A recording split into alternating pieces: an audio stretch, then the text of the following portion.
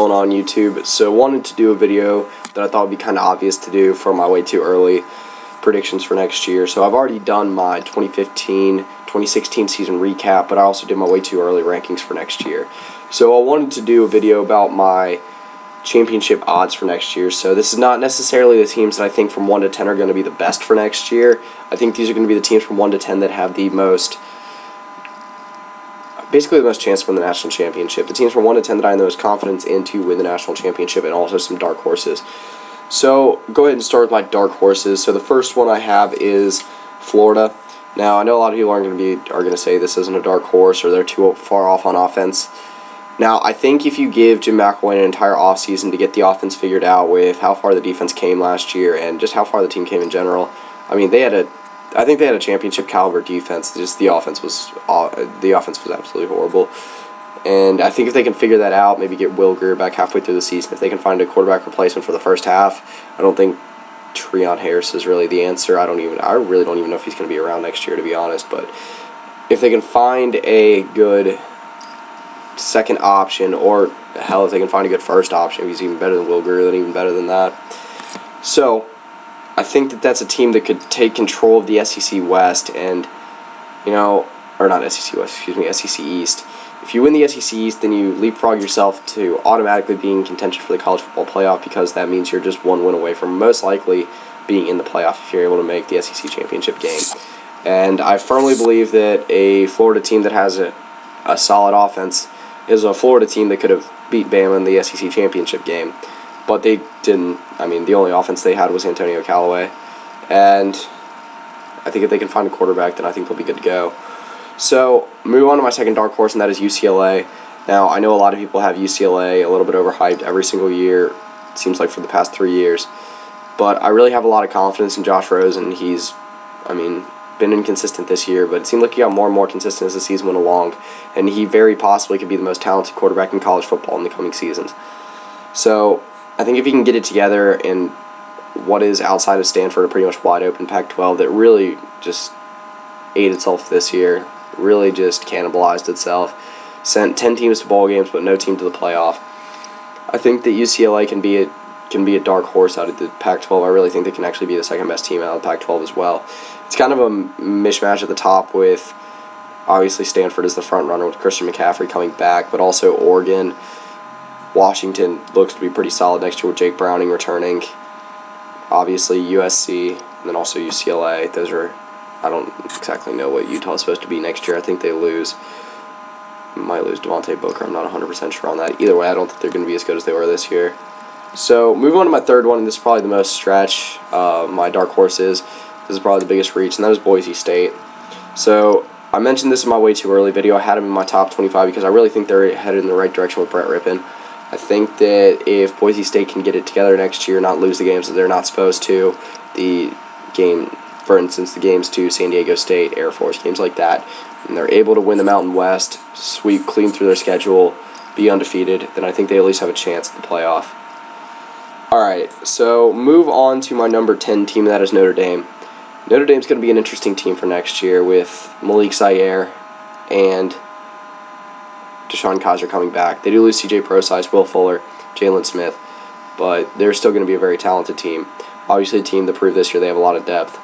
Either way, I think they're going to have good quarterback play. I think it's kind of like a poor man's Ohio State situation this year for Notre Dame. So move on to my number 9 team, and that is Tennessee. Now, I mentioned this in my way too early video. I said that Tennessee just is the champion of the offseason. I get that. They pretty much always are. But the amount of talent returning and the progression they've actually seen over the last couple of years, one win away from actually winning the SEC East. This is the first legitimately good season they've had since really 2007. And the fact that they're headed in the right direction, should be able to give you a little bit of confidence that they'll be good next year. Now, I'm not going to recap what they did this year because a lot of people have done that already. A lot of people have said, they were 17 points away from being undefeated, maybe even a national champion. You know what? You lost. A loss is a loss. There's a lot of teams that could have said what if for a lot of losses this year, and a lot of teams in the past that could have said what if. I think they can get it together, start winning those close games. They'll be fine. Now, my number 8 team is Michigan. So it is going to be crowded at the top again this year for the Big Ten. Iowa should be good again. Obviously, Ohio State, Michigan State, even if Wisconsin can get back on track. Hell, even Northwestern. I don't know, and I like the direction Penn State's headed in as well. So I think the team that's going to see the most improvement, though, is Michigan. They have a decent amount of returning starters on offense. Jake Rudock does graduate, but while he was solid this year, I think it's someone that can be replaced. They keep Davion Smith. I believe they keep Jake Butt and J. Hugh Chesson, so that's a lot of weapons returning on offense. They also have another year, Jabril Peppers, Jordan Lewis, a lot of studs on defense. I think that Michigan can be the best team, most talented, one of the most experienced teams in the Big Ten next year. They keep heading in the right direction under Harbaugh, and they can definitely be a team that's contending in the college football playoff. I mean, they were even this year for a little bit. So move on to number 7. I've got Stanford, and obviously this relies heavily, very, very heavily on one player, and that's Christian McCaffrey. I mean, that's pretty much the answer that everyone gives when they're talking about Stanford for next year. Now, the thing for me is I don't think you can win on the back of one running back. Even Alabama, yeah, Derrick Henry was great. They wouldn't have won the national championship without him, but they also wouldn't have won the national championship without that defense, without Jake Coker's tough play, without Kenyon Drake's support, without Calvin Ridley. No, I digress. Back to Stanford. If you take what Stanford did this year, basically in a nutshell, they weren't prepared against Northwestern. And, yeah, I mean, take that loss away and they'd be in the college football playoff. So, it can be done, but they're losing a lot outside of McCaffrey. I've got a lot of faith in Bryce Love, their backup running back, but outside of that, it's thin. So, you know what, find a good quarterback, obviously reload on the weapons, and see what happens from there. Hope that the Pac-12 is just as weak as it was this past year. So, number 6, I got Oklahoma. Oklahoma returns a lot. They do lose some talented players. They keep Baker Mayfield, Joe Mixon, Samaje Perine, who actually just had ankle surgery. And then you also return D.D. Westbrook, a wide receiver. But you also lose Sterling Shepard, Charles Tapper, and Eric Stryker. Also Zach Sanchez, but I don't think that's big a loss. I honestly think, I've mentioned this before, I think Jordan Thomas is a better corner than Zach Sanchez. So, I think OU will be fine for next year. Those losses are going to hurt, but it's a team that recruits very well. It's also a team that is going to probably be co-favorites with Baylor to win the Big 12 next year. And it's going to be a very fun Big 12 to watch next year if every team can stay healthy. I think Oklahoma has a very legit chance. Obviously, they made the playoff this year. I think if they end up as a one-loss or undefeated Big 12 champion again, then they'll be in the same situation. So, move on to number 5, I got Florida State. So, Florida State's a team that, even though they did lose a lot this year, still contended. I mean, yeah, they had some bad losses. Obviously, the Block 6 against Georgia Tech was pretty bad. The Clemson loss actually was a pretty good game. You can't fault them for that. And the loss to Houston, they just were overmatched. So, I think that another year, I really think Jimbo Fisher's a solid coach. I think he's a little bit underrated, even though he does get a lot of national attention. Whether it is Sean McGuire, they find someone else new for next year. They still return Dalvin Cook. And I think that's really it. I think he's going to be one of the best running backs in the country next year, if not the best. I mean, he was one of the best this year. This is a league this is a college football, basically a college football season that's going to be without Ezekiel Elliott and Derrick Henry. And it does bring back Nick Chubb, Leonard Fournette, Samaje Perine, Christian McCaffrey. So it does bring back a lot of solid running backs. But Dalvin Cook has to insert his name in there as one of the best. So move on to number 4, I got Baylor. And this is a team that I firmly believe could have made the playoff if Seth Russell had been healthy all year. And if Jarrett Stidham hadn't injured his back against OU. So Baylor was a very solid team. Anyhow, obviously the loss to Texas was bad, but they didn't have a quarterback. So, and Texas was a team this year that was able to upset the top of the Big 12, which was weird. But anyway, I think Baylor's a team, if they can keep healthy next year, that they should be the favorite in the Big 12. Watching them fully healthy is honestly it is really fun to watch. It's an offense that's almost impossible to stop, as it showed against North Carolina, even without a quarterback. They return a lot. They I believe I can't remember if they lose Shock. I always forget that if they lose Shock Linwood, but they do return Devin Chafin and Johnny Jefferson. They return Jay Lee, Katie Cannon. They do lose Corey Coleman, which is going to be a big loss, but they do return Seth Russell and Jarrett Stidham, regardless of who they want to go with at quarterback. So I think Baylor is a team that has a very legit chance to make the playoff and win the Big 12 next year. Not only those, but also win the national title. So move on to number 3. I've got Ohio State, and I don't know. I'm kind of getting vibes from Urban Meyer. I'm assuming a lot of people have made this comparison. But, he won the championships in 06 and 08, depending on how you want to do the seasons by, either 06 and 08 or 07 and 09. I think that Ohio State has a very good chance to do it just because the pressure is going to be lifted off. They return JT Barrett. Yeah, they lose a lot on both sides of the ball. But this is an Ohio State team, again, like Oklahoma, that recruits very well. Well, again, like all these teams on this list, really. And I think they'll be able to replace almost everyone, obviously not to the same degree, depending on the position. I mean, losing a guy like Ezekiel Elliott, who was pretty much half the reason why you won the national title, is obviously going to be hard. Replacing maybe the best player in college football in Joey Bosa is not going to happen in the first year. I mean, Eli Apple, Von Bell, Michael Thomas, they're also going to be hard to replace. But, again, I think with the pressure being lifted off, especially off of JT Barrett, clear-cut quarterback going into the season, they do also lose Braxton Miller. I forgot about that. But I think they can do it. I think it honestly will be a better situation not having that much pressure going into the season. And obviously they don't return as much talent on both sides of the ball.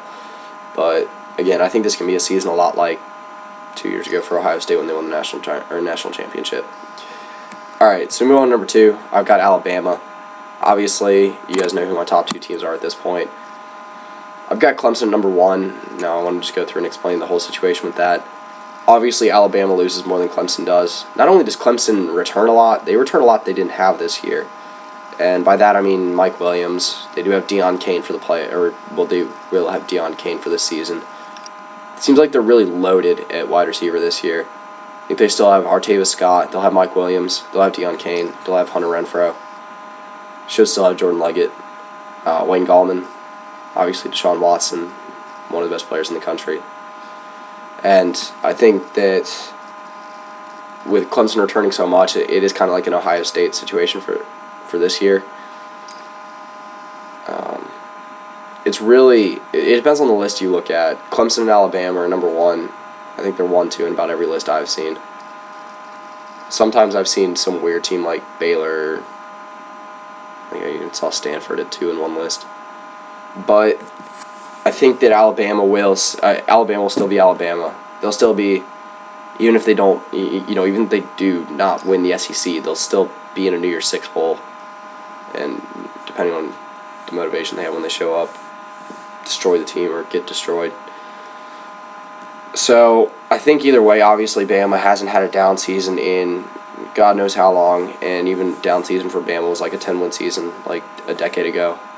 So I'm not really sure who they're going to go with the quarterback next year. Obviously, they lose Jay Coker. Derrick Henry just announced he's leaving for the draft. They lose a lot on defense. Reggie Ragland, pretty much the entire defensive line, it seems. Jonathan Allen, A'Shawn Robinson, Jaron Reed, the list goes on. But it's, again, something I think they can deal with. They'll have... I think Calvin Ridley will be one of the best receivers in the country next year. He's a receiver that I think is very similar to Amari Cooper. But, again, Alabama will be just fine. Again, it's Nick Saban. They recruit well. I'm not sure if they have the number 1 recruiting class. I haven't really been paying too close of attention to recruiting. But that is my list. So I would love to hear who you guys think are dark horses for this year, who you think could win. Obviously, there's more teams to cover than that, but I really think that top 10 is pretty sound. Had a hard time coming up with any team besides those teams I had in the top 10. I mean, if I can name a few teams right on the cusp, maybe Michigan State, but they lose a lot as well. A lot of people are probably going to say USC, but I don't buy into the hype, really. I bought into the hype this past year for a little bit, and it was a huge mistake. If Oregon finds a quarterback, LSU finds a quarterback, then I would put those teams on the list. That's 2 that I did not mention. If those teams can find good quarterback play, there's also a few other cases. TCU if they can find quarterback. Oklahoma State if they can find a running game. But anyway, there's a lot of cases like that. If you don't have a complete team, then obviously you're not gonna win anything. Ole Miss, if they can replace what they're losing. So anyway, I will put either in the outro or in the description below the links to my past 2 videos for college football. And yeah, keep an eye out for me doing any more way too early 2016 predictions soon enough. So that's pretty much it. So yeah. I think Brad Kai is a very, very good quarterback. I think he'll be even better next year, and what will maybe be a down year for the ACC. Really, it was this year too. But Miami had a good season, 8-win season. Tough game against Wazoo, but Wazoo played very good in that game. I think Miami can, like